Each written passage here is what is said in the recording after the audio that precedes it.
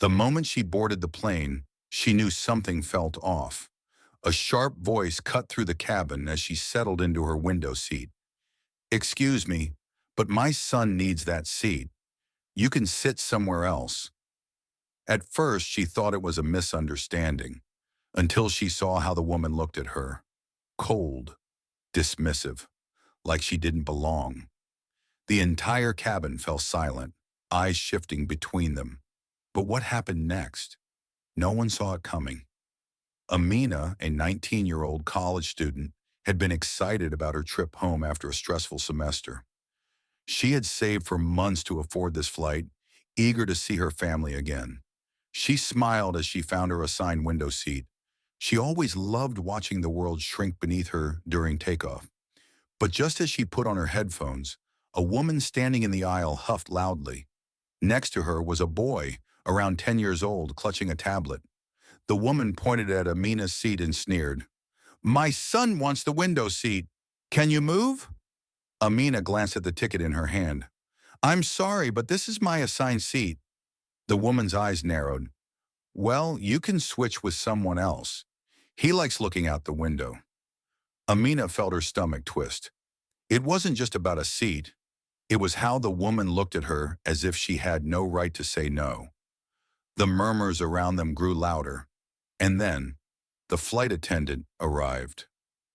The flight attendant, a young woman with sharp blue eyes and a professional demeanor, approached. "Is there a problem here?" The mother immediately turned, crossing her arms. "Yes, this girl refuses to move so my son can have the window seat." Amina felt her face heat up. "Girl, not young lady, not passenger. Just girl," spoken with disdain. The flight attendant turned to Amina. "Ma'am, is this your assigned seat?" Amina nodded, showing her ticket. The mother scoffed.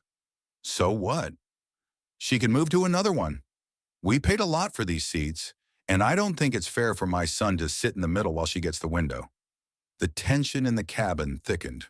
Amina's grip tightened around her armrest. She had heard stories like this before.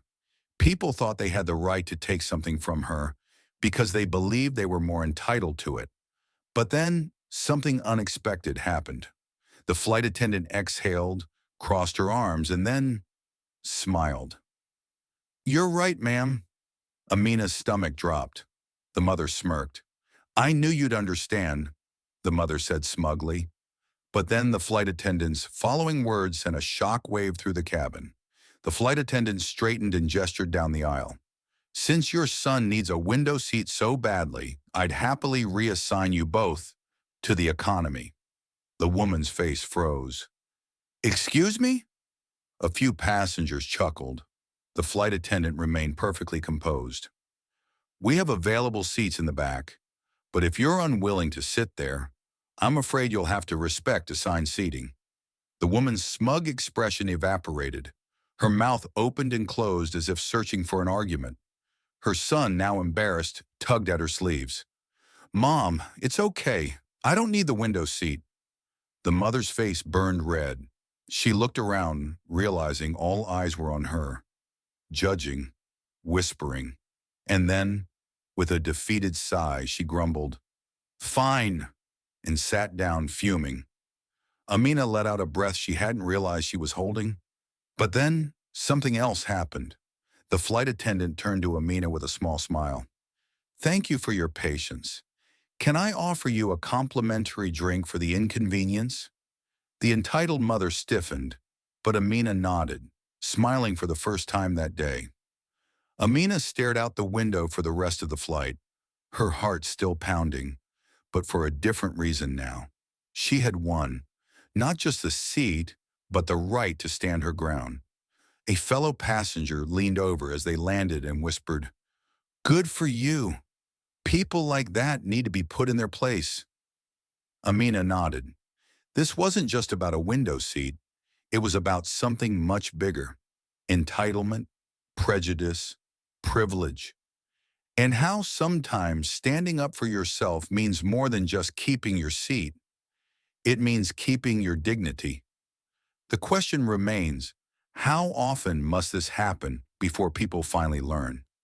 If you enjoyed this story and thought it provoking, don't forget to like, share, and subscribe for more powerful narratives. Let us know your thoughts in the comments.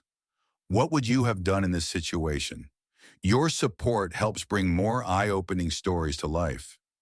Where are you watching this video from? Let us know in the comments. Take care.